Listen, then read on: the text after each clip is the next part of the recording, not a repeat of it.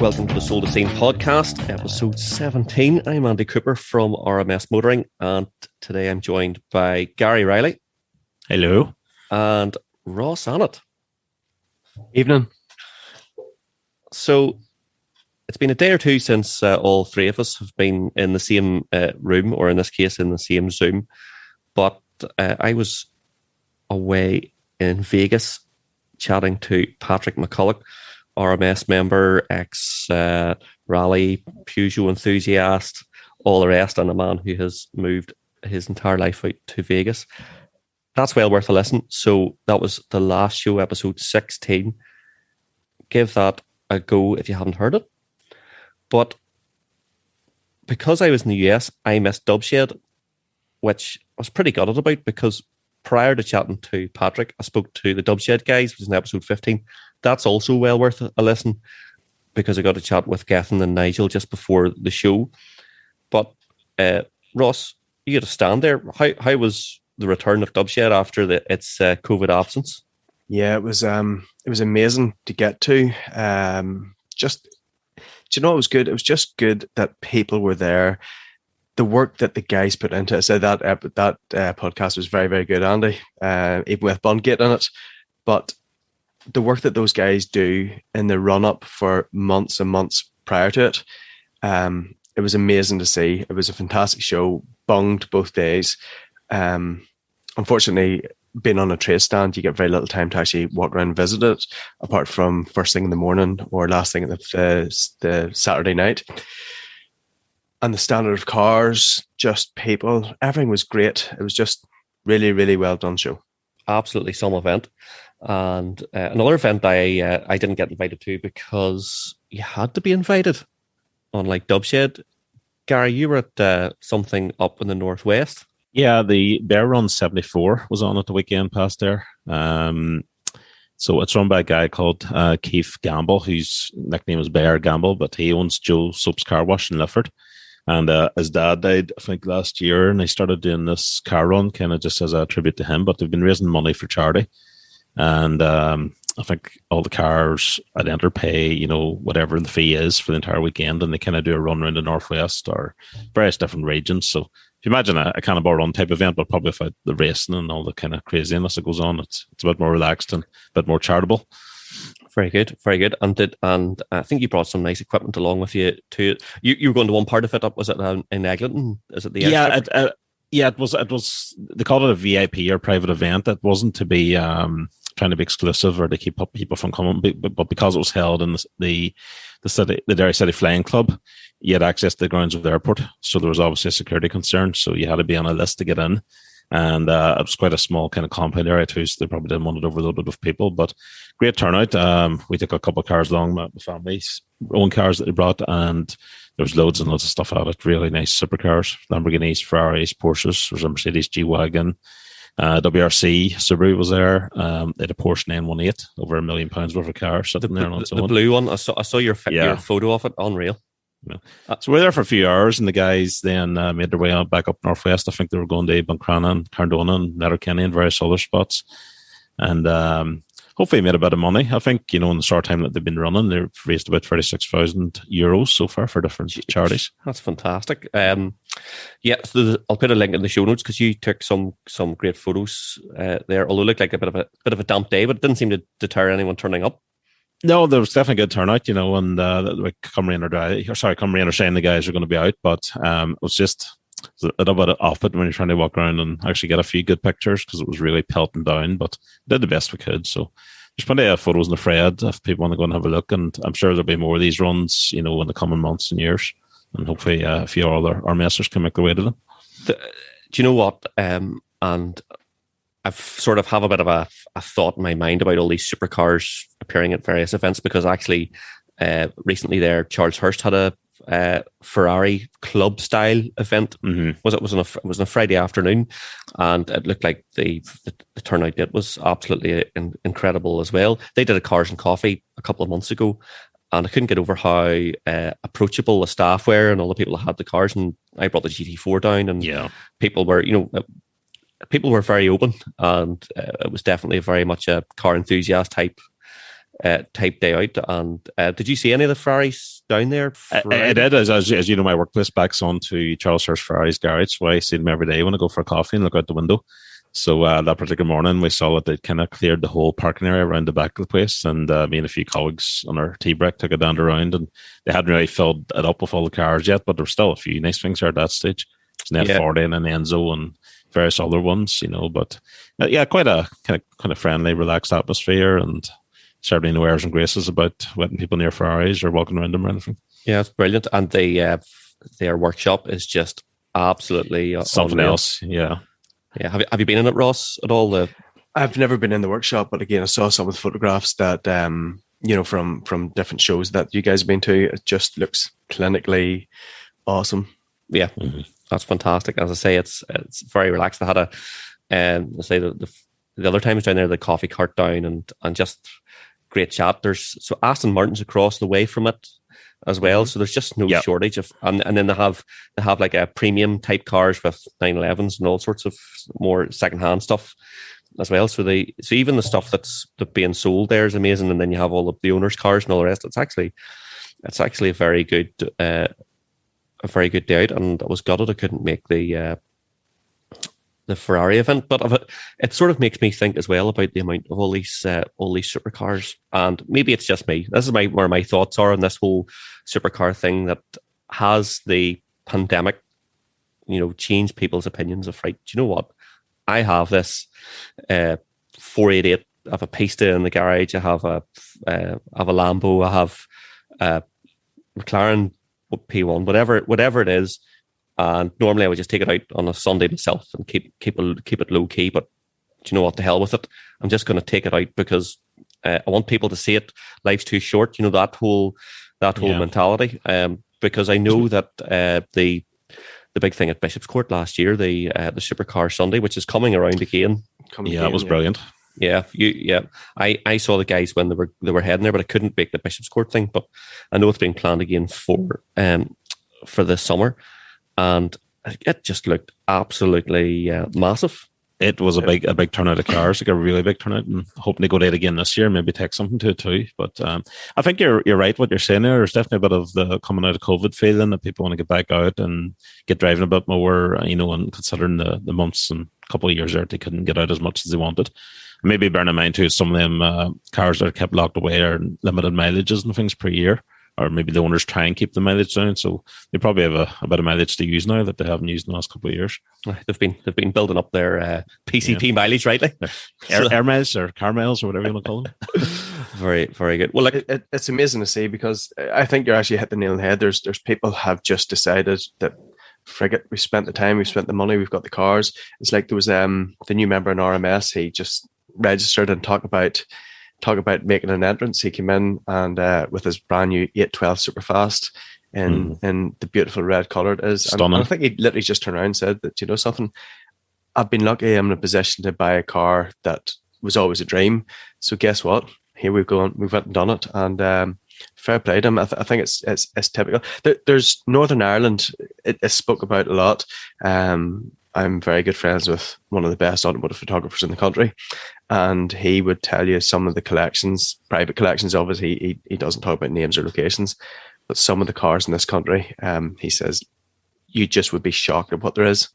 Yeah, I was going to say there's definitely some discerning collectors about which collect all sorts of oddball, highly desirable stuff, and they're buying stuff out of the likes of Silverstone auctions and all the rest, and have multi-million-pound collections of not necessarily even supercars, but special stuff, low number classics and one-offs and all sorts of stuff has come into the country.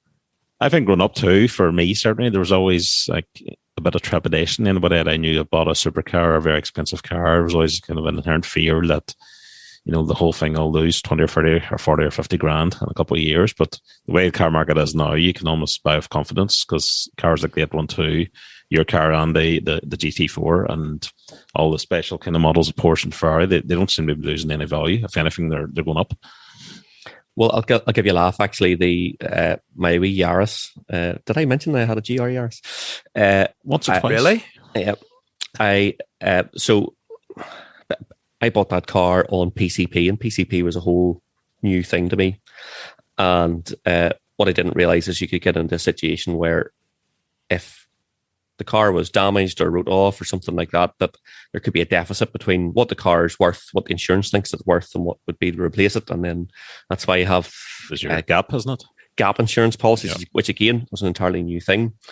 But within the first year of ownership, if your car's written off, the insurance company has to replace it like for like with a new one. But after that, that's when we maybe need the gap. So I went onto these gap websites to do the comparison, and I put in the price and what the car was and all the rest, and the gap valued it higher than the car was worth. So I don't need the gap because the car is worth more than what the gap would pay for. I need to be paying the gap. It's madness. But that's just the absolute madness of the car market. And between the impending electrification, which will have Ross foaming at the mouth here because we're going to talk about electric BMWs at some stage, Ross. I know you're down to, but 2030 is 7.5 years away when new ICE car sales are allegedly going to be stopped, and then we have chip shortages and all sorts of other stuff hitting the supply chain. So it doesn't look, even with a high inflation and potential recession or whatever's going to happen, it can't hit the car market that much because there's so much demand. It's mental. It's as I say, I couldn't believe it when I went to check the gap. It's like, well, if the Gap website says my car's worth more than what I paid for it, then I don't need the Gap.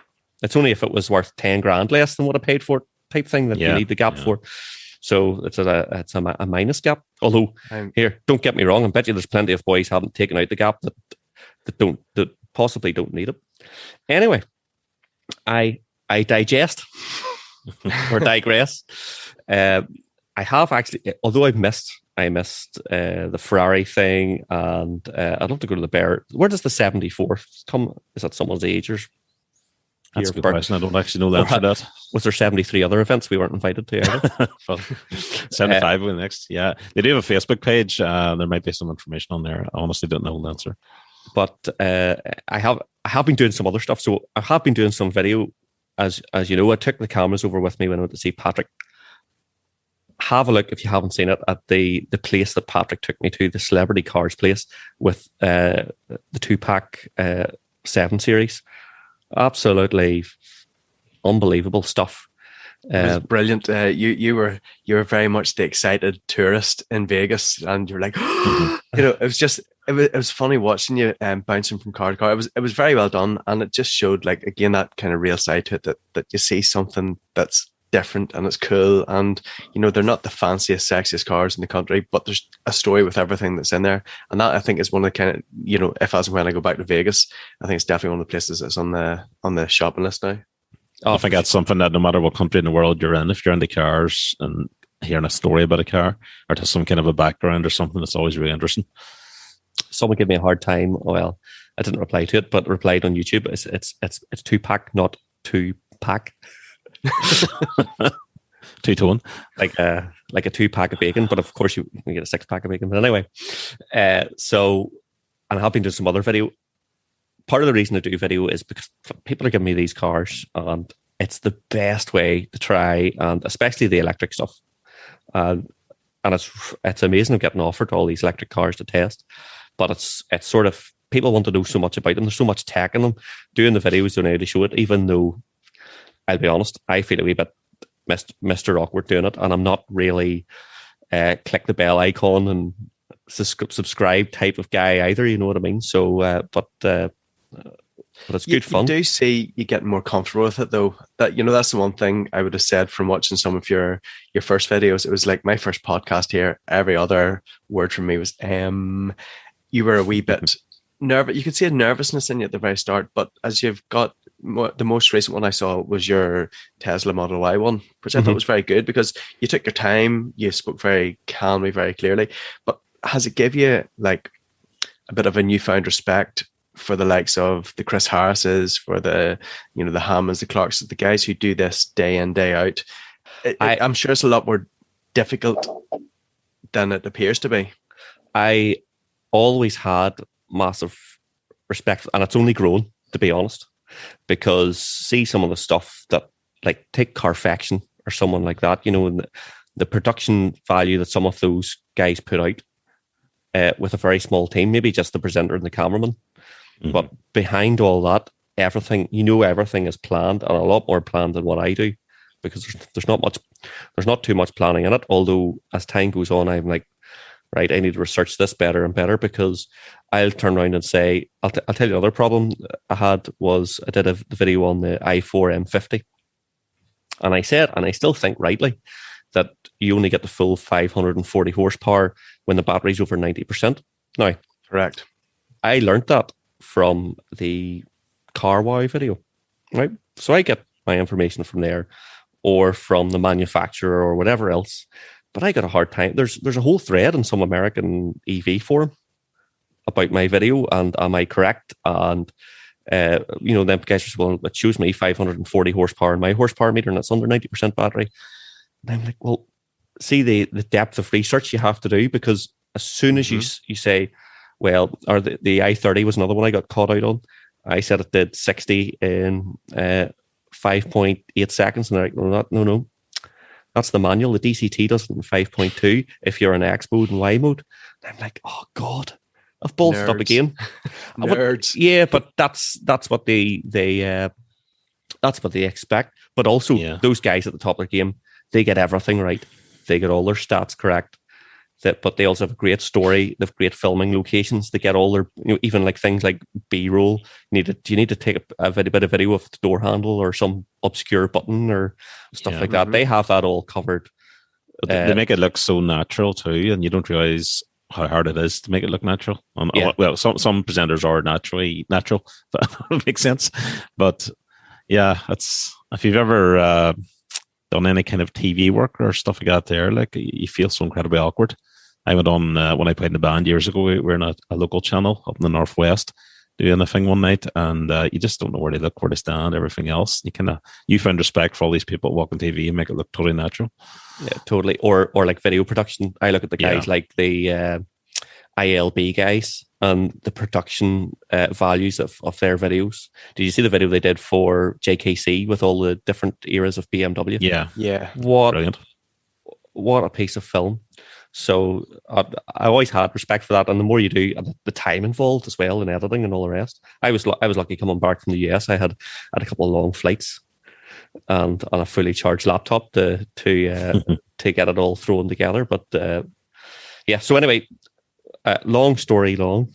I have a couple of videos out on more electric stuff, so the i4 M50 and the Tesla Model Y. It's interesting. Harry Metcalf released a video about a week after I released mine on the i4 M50 as well. And I think we grab that now, Ross, because I know you had it when your X5 was in for X5 was in for a service and software update and blah blah whatever it was. So I just said to him, look, how long are you going to be in for? He goes, well, they'll be in for 6 or 7 hours. Cool. Can I have something nice to drive? I'm thinking about buying a 9.4. So they give me it out, and I can't wait to kind of get through this with you, because I done a really interesting back-to-back. So I left Bavarian and I went down to see Pete at PMG, who, as we know, has got the Model 3 performance model. Mm-hmm. And what we both done then was we took a drive from PMG, which is on Blackstaff, isn't it? Mm-hmm. Yep. So from Blackstaff down to Sprucefield and back up again. He drove the i4, I drove the i4, and then we got straight out of it and into the Tesla. Mm-hmm. Now, I wanted to love the i4. I watched all the videos before it. I thought this is BMW's electric M3 beater. I had the new M3 out mid part last year as well, and it's definitely not an M3 beater. Not for drive, not for handling. When you get past the warp speed acceleration, because that really is, we've spoken about it at length. Any electric car, their big thing is the instant torque, the instant acceleration. Party piece. It's this party piece. Yeah. But when you get past that there, I'm sorry to say I found the seat. Well, when compared it side by side with the Tesla, so I'll tell you about the two drives we've done, and then Andy, you can kind of go and debate me with it.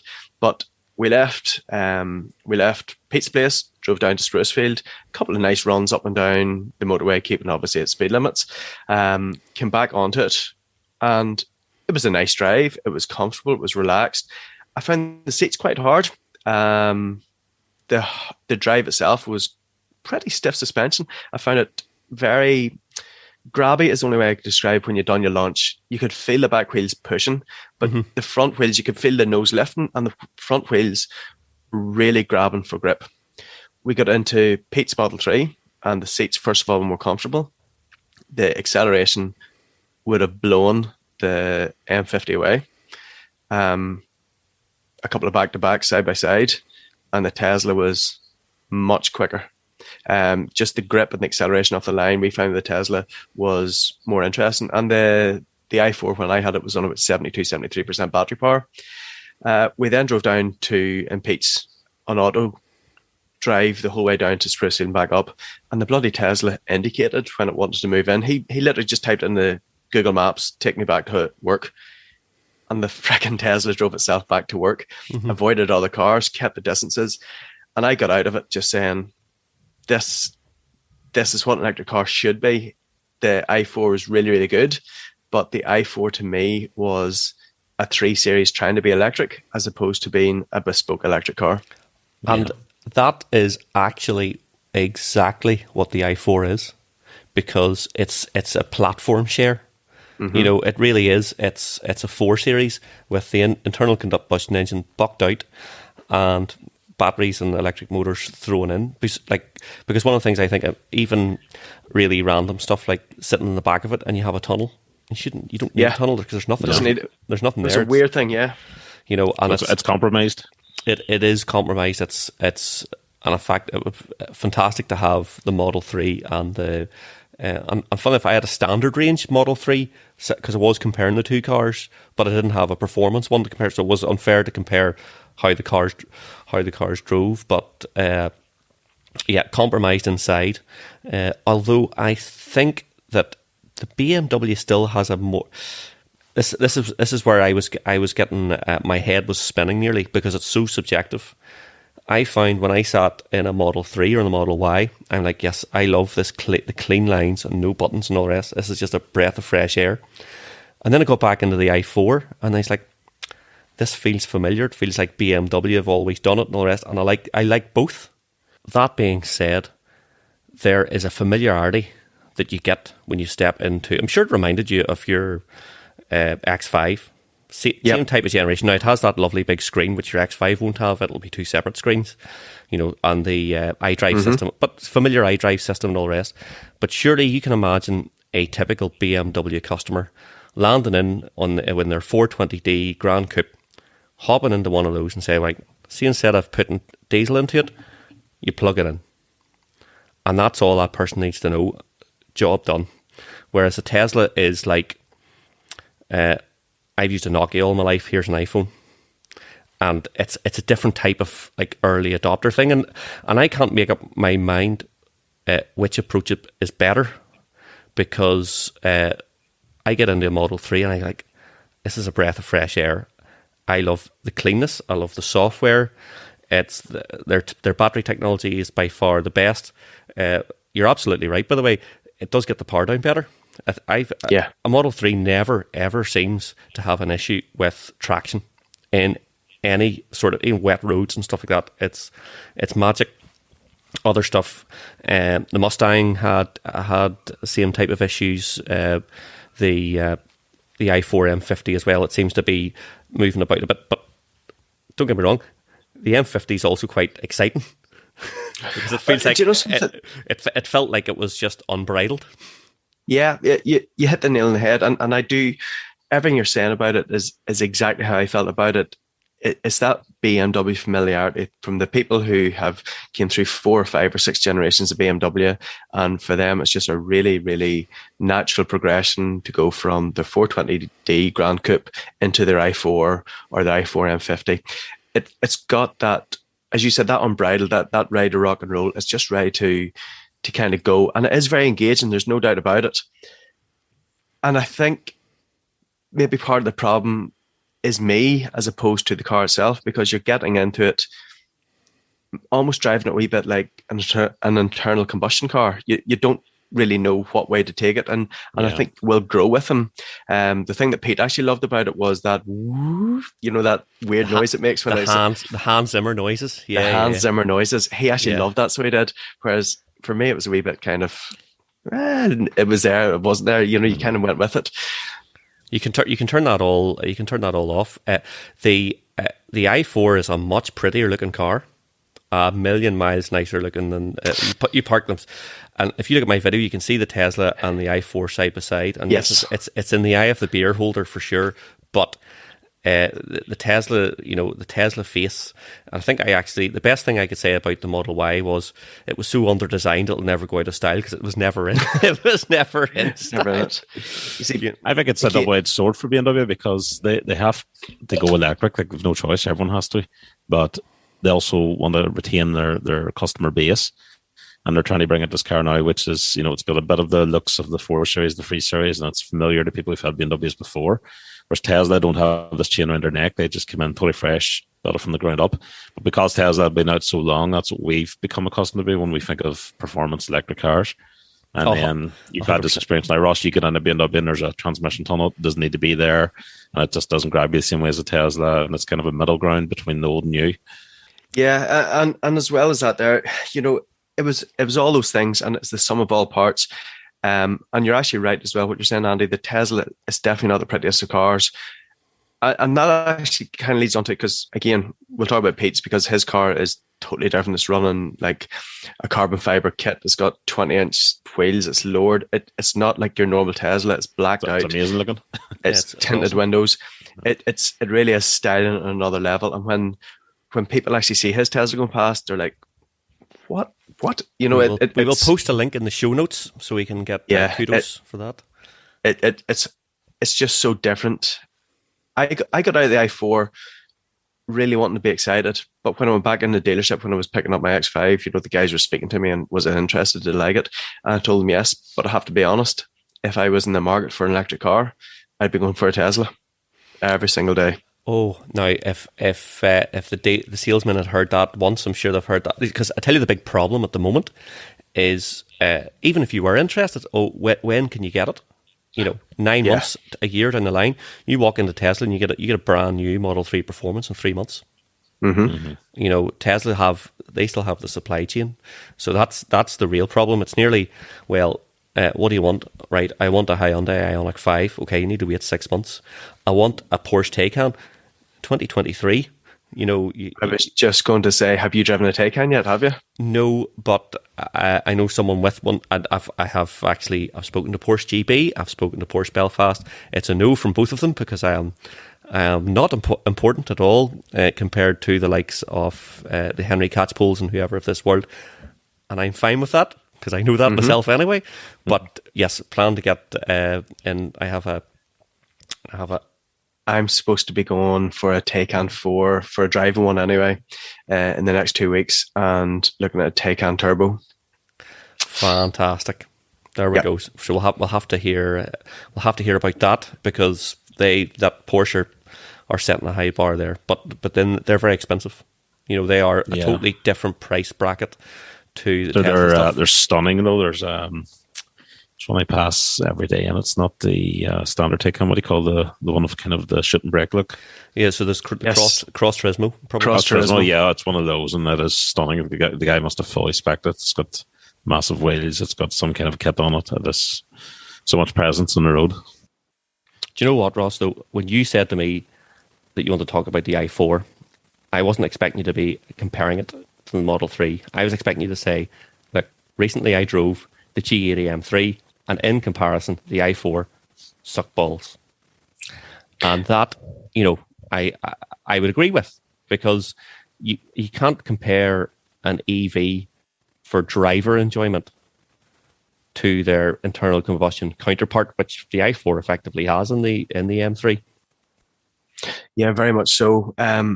Everything about it, the noise, the drive, how it puts it down. BMW are trying to compare, or sorry, I should put it away.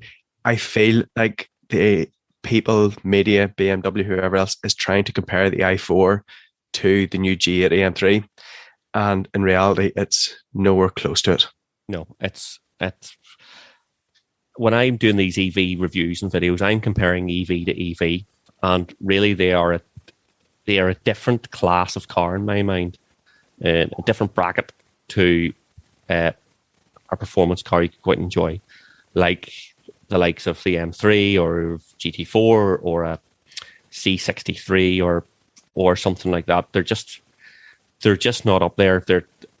EVs are getting better and better, and they are very impressive, and they make fantastic daily drivers.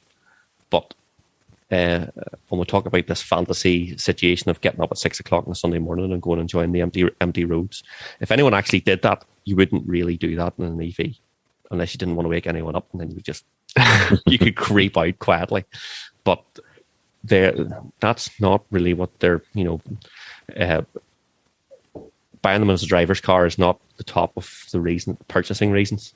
It's normally because people can get them through a company scheme, and it will, in some roundabout way, save them some money and allow them to have the latest technology. And that I get, by the way. And like the likes of the Tesla Model Y was a fantastic family car, although it didn't drive as nice as the Model 3 or the i4, but it had such great range, and it was so big, and the tech and all was great. I could say, well, do you know what? There is a, just all-purpose, go anywhere, use it for anything vehicle, no matter if it was internal combustion or not. But it wasn't, as I say, it wasn't something. Well, certainly you wouldn't look at it and go, flip that. That turns me on. I wasn't cancelling my Lotus Emira order. Yeah, for one, that's really pretty. I want one. I want to go and. Yeah, you're not going to go and pick it on looks alone. No, totally. So Gaz has a habit of writing letters to Evo magazine and getting them published every bloody time he writes them, because they're one of these stalkers. But the letters always are brilliant, and I'll stick a link into the show notes. What was your latest one about, Gaz?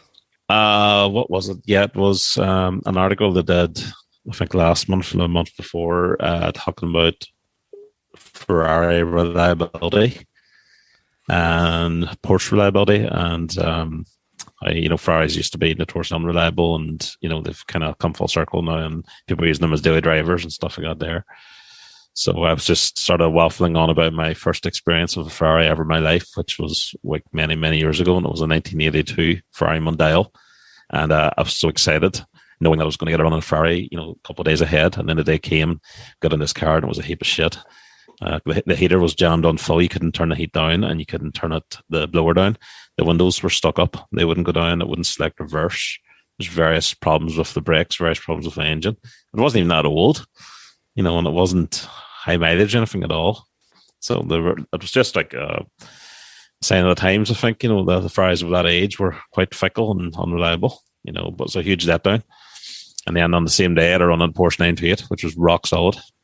And everything worked, and just felt like it was cut from granite. It was so solid and planted in the road and everything else. So I've kind of been a Porsche lover ever since, more so than Ferrari. Well, it was a great pleasure to open the Evo magazine on the flight and turn over the page and be reading in the reader's letter section, and signed off by yours truly. And as I say, it's not the last time, so I am expecting more. I'll keep plaguing them. Yeah. Yeah. You get like a wee cup or something sent back from every time you send a letter in. No, I mean, you get the weather of the week or the weather of the month gets a watch. So I'm aiming for the watch so I can show it off. Yeah. Very nice. Do one of the watch poses you see on Instagram. Oh, let's not even start on that. What else was I reading about then? I see that Toyota they've released this new GR86, the GT86. They stopped that a while ago, and they were bringing out GR86, which is the same idea. The boxer engine is now 2.2 rather than 2 litre. Still this thing with Subaru, so it's the boxer engine, but front engine, rear drive, and they have sold out 2 years of their allocation. They're gone before they're even launched, which is incredible. So it's GR Yaris fever all over again. So unreal. Shame they didn't put a turbo in it though. I know, but all the same, it's encouraging to see that they've sold out in 90 minutes. You know, a small manual rear-wheel drive coupe, which Was that what it was? I people didn't are. realize it was 90 minutes it sold out in. Yep, 90 minutes. They sold their whole 2-year production run. Now there is a waiting list for cancellations, so you know you can get on that there if somebody wanted one, and with any luck, you may get a cancellation. But it's encouraging to see a small driver's car like that's still being popular. It's interesting to say small driver's car. I'm nearly sure, and I'll have to have a look for show notes to make sure I'm not wrong on it. But I did see somewhere when they were talking about the Corolla GR that's been released but not released for the UK market. But they're also coming out with the Yaris in an automatic gearbox, which for me is completely taken away from what that wee car is all about. Are they actually doing that? I don't know. I can't see them making any more GR Yaris at all. I'll have to find a link. Yeah, find us a link on that. The weird thing about it's a shame they're not bringing the Corolla out in the UK, because there'll be plenty of competition there. Some sort of silly rule that Toyota have decided that not one region in the world is not getting more than 3 GR models, and the GR models we're getting is the GR Supra, the Yaris, and the 86. The Supra, they are putting a manual into it, which will be 2-liter, isn't it? Oh, they're not putting Well, they're not. They're at this minute in time they're going with the 3-liter, and there's like a 3-liter bigger Pro engine or something they're talking about.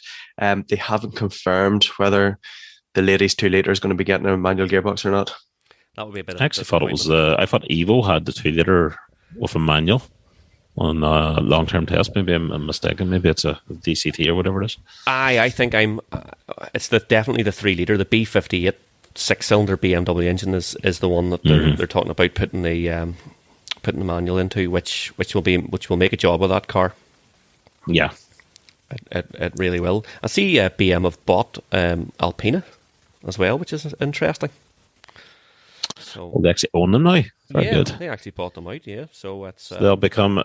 Who else? Some other company bought a tuning outfit who were known for tuning their brand. Who was it? Well, hold on. Ross has sent a link here for the Yaris Automatic from Auto Express. Auto Express, wash your mouth out, Ross. National Enquirer. Bound to be true. They put a render of a PRND on top of a Yaris gear console. Ready to start at my Yaris. So yeah. Here, Auto Express through readers' wives. You get a letter in there, Gaz. Did you see the Lotus SUV at all? The Electra being launched. It is quite a sexy looking wagon, and sure it's electric, so hopefully I'll get one for a review. You know, they're only $100,000. I wish. Did you see that at all?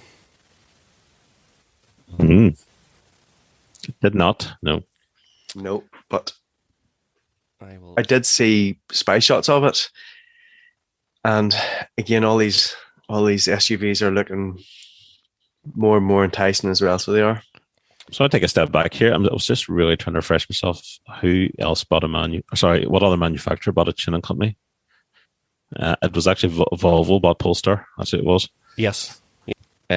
Whilst everyone's listening, and I meant to do this earlier on in the podcast, there's a couple of events coming up well worth taking a look. There is the Loch Golf Festival of Motorsports. That is 7th of May. The same day, Mondello, there is Drift Masters, Modified Live at Mondello. That looks good as well. And then the week after that, Sunday the 15th, Let's Dance are having a Cars and Coffee. And there's also a Track Skills Track Day on that Sunday. So there's absolutely loads of stuff going on. So there is. There's also things being popped up on the forum as well. I'm sure people will have seen it. Modern Tires done like a Cars and Coffee made up there at Duncrew. Bank holiday, Mayday. And then there is talk about the RMS drive out on the 21st of May. It's been organised through the forum with a coastal run the whole way up, ending up at Hallidays for some really cool photographs on their big turntable. Yeah, we've done that before. That's going to be a cracker day out. I'm looking forward to looking forward to that one. So, anything else, guys? What else is happening? Another RMS car winner. There's Niall O'Dowd of the forum has won Dream Car Giveaways M5 competition. Just only saw that today. That's a nice one. yeah, beautiful car. And it's a tuned one as well. It's like 700 and something horsepower. So that's the way to do it. They're an amazing car. Like me and Andy talked about, we were at the car show, the classic car show last November, and we got a run out in one. Like, I was so impressed with it. You know, that was not what I expected. So tight and planted in the road, and felt a lot smaller than it is. It just kind of shrinks around you. They are brilliant. So great car. Like, it's nice to win anything, but the car of that kind of caliber is just something else. Unreal. What? It's one of those things. Like, you have the temptation. Do you still do after winning something, Ross? Do you still do them? Every now and then, if I see, do you know something? I was always the same. When the only time I ever went in for a competition is if I saw something that I would genuinely like. I was never one of these people to go into it just for the sake of trying to win something to flip it quickly. As still owning the E46 shows, you know, that's 2 and a bit years now at this stage, and I still love it. So yeah, every now and then, if I see something nice, I'll throw a couple of quid in a ticket, no doubt about it. Unbelievable. On the subject of the M3, I missed out in the diff that we spoke about just before Christmas time, so I'm still waiting to find the 4.1 diff for it. But what I did do was I decatted it last week. I had a set rasp. Just for extra rasp. I had a set of decat pipes sitting for about 1.5 years and just never got around to fitting them. And it was in for just a service before it comes out for the run during the summer again. And I got one of a friend of mine, a local mechanic, just to pull the catalytic converters out, stick the decats in. So at this moment in time, I'm like lions. I'm driving around with a set of cats in the boot of the car. But the rasp of the decats is just something else. It's lovely. So it is. I will get out in the RMS run, and we'll get to some of these shows coming up as well. Yeah, super. And the other thing I flipping need to do is get ready, hopefully, for Lotus ownership in July time. Mm-hmm. So it's getting close. Looking forward to that. So I am. And new Lotus and a new baby all around the same time. Yeah. Which one will take more? What's the word? More care. I would say the Lotus is going to be extremely low mileage. Does that mean that the Porsche is on the way? I'll have to find the GT4 a new home. Absolutely. So I'll have to get an ad together for that in the next wee while. I'm sure it'll sell itself, to be honest. So it's a very very great example. It's very clean. Brilliant car. I met up with some Lotus guys from the Lotus forums last week, and we went for a run, and there was a couple of guys who have Lotuses there. Actually, there's one of the guys has a GT4 as well, and it's interesting. He's lucky he has both, and he says he couldn't part with both. Nearly, he has a GT4 30 Evora, but he has a GT4 as well, and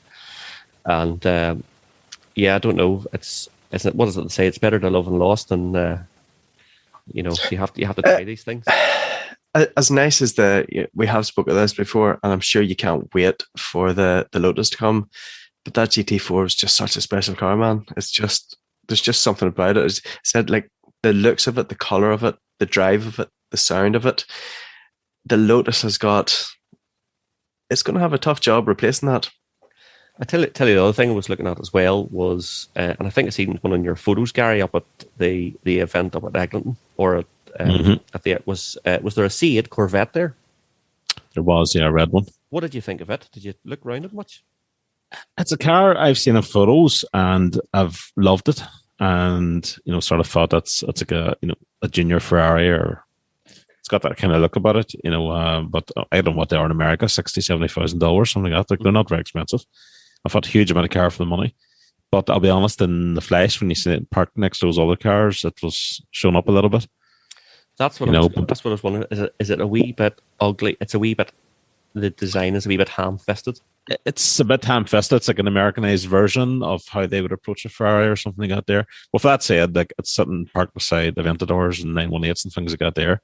Take the same car in isolation, or it's amongst more normal UK cars, and you probably love it. But it's starting at 80 grand over here, and when you factor in that it's 20,000 cheaper in America, 80,000 over here buys you a lot. It buys you a lot of cars, so it does. But if you're spending 80 grand, would you be throwing it onto a Corvette, or would you be going for something like your GT4s, like your, name any other rival of that there? And I think you can have a better car finished in every way for our roads over here. Possibly. Now, I'm just sneaking a look at some of the pictures you've put up here for us to look at, Gary. Would 80 grand buy you one of these new ugly BMWs, would it? But no, my God. I wouldn't pay 80 pence for it. So we're talking about the new, these new super grilled X, and there's the X7, and there seem to be all the sevens. There's the i7, there's the X7, and then there's been pre-release photographs of the 7 Series. Yeah. And all three of them are disgusting. And you'll see me in the show notes here. I've said, like, this time last year, we we're probably talking about the G8 M3, and we're saying that the BMW designers must be on acid, but they've obviously now moved on directly to crack cocaine. Because the large grille in the G80, which everyone talked about across the entire world, I've kind of become familiar. I wouldn't say I love it yet, but I've got used to it, and you can kind of live with it. But this new 7 Series and the new X7 and these other models, like, they've totally removed the headlights, and you're left with 2 very narrow slits, which is where I assume there's some kind of laser or LED light, and then massive grills. So the headlights were about the only thing that detracted from the grill, and it's really just a huge grill in front is all you see now. One thing I will say, Ross, just talking about the headlights, because you're right, Gary, those headlights are very, very tiny, but the laser headlights on the i4 I thought were absolutely incredible. Did the one that you have it? Yeah, well, I've got laser lights in my X5, and same thing. They're a definite. I've never had lights been as good as them. I've been in Audis with their dot matrix. I've been in, whatever else. My Jag had the LED headlights in it, but the laser lights in BMW, they're just something else. They're amazing. Just at night, you could have full beam on, and there'll be oncoming traffic, and the system will just cut out it's like someone putting a bit of card over part of the headlight, so the oncoming driver doesn't get blinded, but you're still illuminating the hedge on the far side of the other car and stuff like that. It's amazing. It's amazing. It's one of those things you have to kind of be in them to experience what it's like. And again, for whatever I do go for next, I think it's going to be very hard to not have laser lights or the laser lights equivalent in whatever vehicle it may be. Yeah, but back to the i7 and stuff like that. Oh my God, they look terrible. And why are BMW putting these huge grills and stuff that don't even need grills, like electric stuff?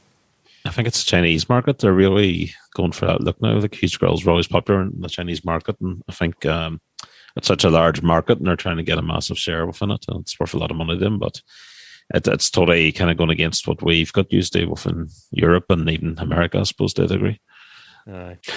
We were chatting there about over there updates that Teslas, etc., do as well. I have my X5 might have been tinkered with by modifiers, and an over there update which was improving my maps and my gesture control and all the rest of the stuff that you don't really use because you plug the phone in and Google Maps and everything's done through it. But it took my Jeep back down to 400 horsepower as opposed to the 480 odd that it was running before. So yeah, over there updates, I was told then by Gav over in Blackline to switch off the automatic updates. And it's kind of crazy because, that this for me is probably, with modern technology, with all this over there updates, like you can see your Tesla now, you can pay Tesla, I think it's a few £100, and they will reduce your 0 to 60 time by like a half a second or 0.6 seconds, whatever it may be. So they can actively map or remap your car as and when either you see fit or they see fit. Mm-hmm. And manufacturers can now put your car back to standard if they can detect any changes to it whatsoever. Well, I've two thoughts on that. The first thing is that upgrade. I think that upgrade is it's between 1,500 quid and £2,000 from Tesla. So that's Wow. that's for the long range, and it reduces the 60 time from 4.8 to 4.2, which is decent because the performance is 3.5. So it's not a million miles away from it, and there's some good videos on YouTube showing that it makes it pretty close. But I'll give you another example. I read this one recently in the over-the-air update. So John Deere had a big sales facility for John Deere tractors in Ukraine, and the Russians stole a pile of John Deere tractors. So John Deere over the air bricked them, so they can't use them. Wow, that's unreal. Yeah. So now at the same time, I think there was a big problem because people didn't like the fact that if John Deere were the only ones that could do any work on like harvesters and stuff like that because of their bespoke technology. But this is an example of where they could just say, nope, we're just going to knock these vehicles on the head because they were all stolen. And it would be at the same time, was it blackjack or something like that? Was one of the types of car theft systems where you could just lock something down. So if you had a car stolen, maybe it could just be like find my iPhone, just kill it dead. Yeah, just wipe it. In fact, what wipe does the that car's mean? brain. What does that mean for the future of vehicle thefts? Really? It makes you. They could stop it if they want to stop it, or if they want to allow the insurers. This is all conspiracy theories, but there's when I got a phone call a month ago from BMW to let them know that there was 20,000 miles or 21,000 miles in my car, and it was telling me that it needs a service. Like, they're in constant communication. They're backwards and forwards and all the time. They were able to tell me what my fuel levels were at, what my oil levels were at, whether they could tell you what speed you're doing, whatever else. But this really is like technology, and this is the things that, with the whole EV cars coming in, with all these things coming, I do think that days of modifying, as we have grown up modifying, the performance exhaust, the performance intakes, obviously you're not going to have that with an EV car, but these remaps, the things that got there, this game is changing dramatically and will be, and there's things going on in the background that aren't affecting us yet because we don't think about it. But what's to say that you go to one of our local car tuning companies and you get your car remapped, and your dealership can tell that you've been fettling with your car, and then the next thing they either brick it on you, or all warranties are gone, all warranties are voided. Yeah.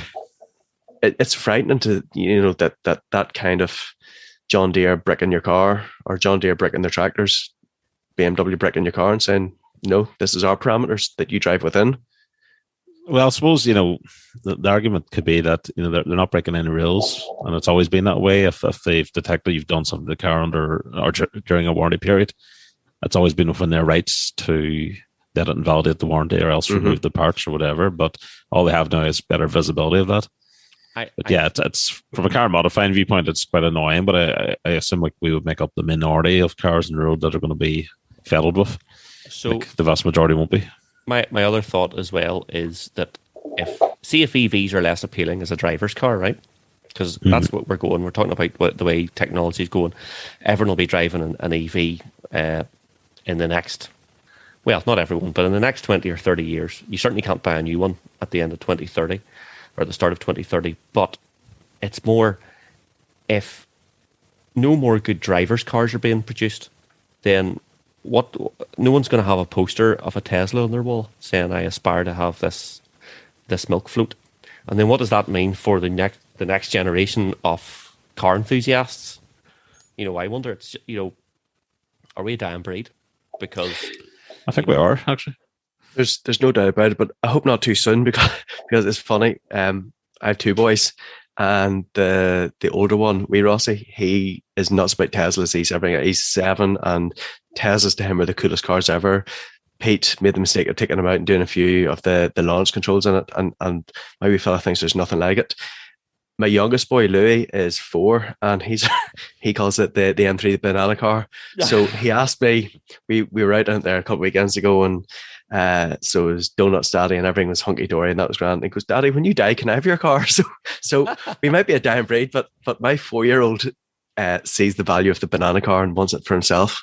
There's like, if anyone's going to hold the torch, it's guys like us and people in the forum and all the rest. But it's how many people we see 17, 18 modifying their car, and I know we're giving people a hard time for. Do you see some of the silly stuff that was going on over Easter up in the port? All this people sticking their faces in front of exhaust pipes and getting absolutely blackened. But Darwin. But behind that, there's loads of guys there who just love cars, at the same time. So that is there. But I do wonder, when you don't have the engine noise, or you don't hear a Ferrari roaring past, or you don't hear a Porsche or an M3 or all those sorts of things that I remember when I was 17 or 18, if someone had an M3, that was amazing. It sounded class. It was so quick. It looked so cool. I don't know if people will feel the same about something that's electric and that everyone has, and right. So it's quick 0 to 60. I think the days of modifying in the way that we did it are dying, and probably won't be back. Because as you say, everything's going to EV, and it's just not going to make sense. On top of that, you've got just increasingly more restrictions. You've got all your speed limiters, your GPS-based limiters. You've got this new initiative now in the UK where they're spending £300,000 on some new technology, which will be able to actively tell you if an exhaust is too loud. Previously, they couldn't really do that on a drive-by. They had to attach something to the exhaust, but they can now do it if cars driving past. So everything's kind of working towards a future where they're clamping down on modifications. That's not to say that the future generation won't be into cars in the way we were. It'll just be different. I imagine that'll be factory standard, but they'll probably play around a lot in configurations, and it could be a lease type setup where you have a car for 6 months and then you chop and change it and get something new. And it'll be kind of like buying phones and things. They'll be more into that than actually changing the standard setup. It really depends on the amount of autonomy either, or as well. Yeah. I'm sure you're playing with the autonomous stuff, or it's not really autonomous, but the adaptive cruise and stuff like that, and the BM, and you were talking about Pete's Model 3, and you stick something to the sat nav and it tries to drive itself. But let's be honest, that stuff would still drive you into the reservation if you let it. Yeah, it's like I said, there's no doubt it's the way things are going, and there I think for us still there's a happy medium, because we're probably the last of a dying generation. There's no doubt about it too, who are kind of clinging on to dear life for noisy, smelly, loud cars that don't drive themselves, that rely on us trying to do as best as we can. But there's we have to move with the times. It's as simple as that. There, like moving with the times. Nissan, they've stopped production of the R35 because they're too noisy. Even though, like, have you heard like modern petrol cars with these PPF filters and that? And there's little to no noise off them compared to how they used to be. But like Nissan, at the end of what's this in May? It's the end of this month, I think they've stopped production of the R35 because of noise regulations. They must be near the end of life anyway. So they're out since 2008 or something, or 2007. So getting on a bit now. It's a huge tenure. Just on GPF, the gas particulate filters. So you think of all the madness that went on around Dieselgate, especially in the US, where it was a massive deal. The US do not have GPFs in their cars. I could not believe this. I thought that they would have particulate filters that don't. There's lots of other filtration technologies, but like one we've had for, I don't know, 3, 4, 5 years now. It's one that actually strangles the new GT4 compared to mine. Yeah, compared to the previous models. Yeah, my GR Yaris is a GPF as well, so it totally strangles it as well. And you can see that's some mods. People say, well, because that's a warranty and it's an MOT thing and all the rest. But people say, well, no, to hell with it. We get the GPF out and we'll use it for track days or whatever else. And I'll put it straight through because it's so restrictive, but takes all that stuff, all the nasties allegedly out of it. You would think as well, when we get to the stage where there'll be the cars will just produce roses and will smell of Febreze. There's not filtration going on. As much as we were lauding BMWs earlier on, I know that they're working a lot on the hydrogen, as opposed to pure EVs. And that they're doing a lot of work on hydrogen engines, which won't obviously have the nasties and the smells and everything else with it. So again, there's been thorough discussions about EVs, where they are, where they're going to. Whilst internal combustion engines have to be stopped, I do think there's going to be other alternatives that are going to have to come out. Yeah, who knows? Who knows? And can they come out in time? Can we generate enough energy? All that sort of stuff, because the Ukraine's had a massive effect on everything as well. But flip me, we're getting very melancholy now. Very negative in our old age. Absolutely, and to be honest, at the same time, we have some of the best internal combustion cars out. And Ferrari are knocking them out, BMW are knocking them out. Yeah. Lotus, we're getting the last hurrah, the GT4 RS. Oh my god, what a car! Put a GT3 engine in the GT4, incredible. So I think actually what we're saying is, well, now's a great time because you're getting all the best technology in your internal combustion car. So now's actually the time to get something. And enjoy it. And do you know something? I think that really is it, because, Andy, you've driven a lot of these EV cars. I've driven a few of them now. And I do see the appeal of them. I really and truly do. But there's nothing else beats getting into something that they don't have to be the fastest cars in the country. We're not talking about something at 800 or 900 horsepower. You're talking about something 3.5 to 400 horsepower that goes really, really well, drives really well, but there's engagement with it. And that really is the thing. I know I've harped on about it because I've done one track day, so that automatically makes me an expert in it. But there's just something about that feeling about what a car can do when it's not been strangled by speed limits, when it's not been strangled by whatever other limits that are there for us, when you can go out and drive a car to the most of my capability. There's no EV car will ever do that there. Yeah, but that won't ever be an issue for us, really, because we have that type of car as a point of reference. There'll be a generation born who will never drive one. They'll learn to drive in an EV, and maybe someday their uncle or their grandfather will take them out in an old M3, and it's going to seem clunky, noisy, smelly, everything else probably to them. And they're going to go, how do people ever drive this? In the same way that we may look at a car from the 50s and 60s and go, I could have driven that every day. But I would say at the same time, it should leave them with a bit of an experience that they remember, which is a lot more memorable. Yeah. Definitely. And you don't even need 350 horsepower. Like if you have a Suzuki Swift at 150 brake, or an MX-5 or anything. Anyway, I think the current petrol and diesel cars that are around will hopefully still be around for a long time, and we can continue to drive them. My fear will be, at what stage will they say you're no longer allowed to drive anything on the road but EV? Where do all these old cars go? Totally. Bishop's Court. Actually, talking about Bishop's Court and stuff like that, I did see that. So I'm not sure if you guys have seen, I've recommended a couple of people join up the forum. Bishop's Court has kind of reopened very officially. There's a new team have taken it over for diff and drift days. They've been doing them on Sundays. I was speaking to them about the potential of doing some straight line events as well, because they've got the whole kind of east side of the track. They've got loads and loads of space. This is the airstrip rather than the circuit. Correct, yeah. So down the airstrip. So at this point in time, they've set up it's a large enough, but it's quite a basic figure of 8. For the cars to go, and you basically go, you pay your way in, and they're wetting the track down, so you can go in, whatever it literally is a run what you brung. There's been a few of the Irish drifting guys who came down for obviously a bit of track time as well, just to get out onto it. But this is, it's great to see. Obviously, my doorstep where people are coming down and getting out there and having a bit of fun in cars, and there's Lexuses everywhere. But I said there's been a few high horsepower drift cars out giving us stacks as well, and they are talking about trying to get a section of it cleaned up to do some straight line drag events. Well, there you go. The scene is alive and well. I think that we'll bring this to a close.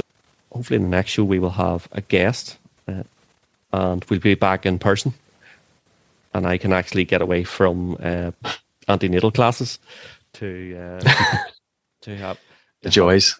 The joys to have a show in person. Thanks for listening. Please make sure you follow us and like and subscribe and do all the things. We're everywhere at RMS Motoring on all the socials, and if you have any questions, you can get us on pod at rmsmotoring.com. And I'd just like to say thanks for listening, and remember, there's no warranty. This was sold as seen.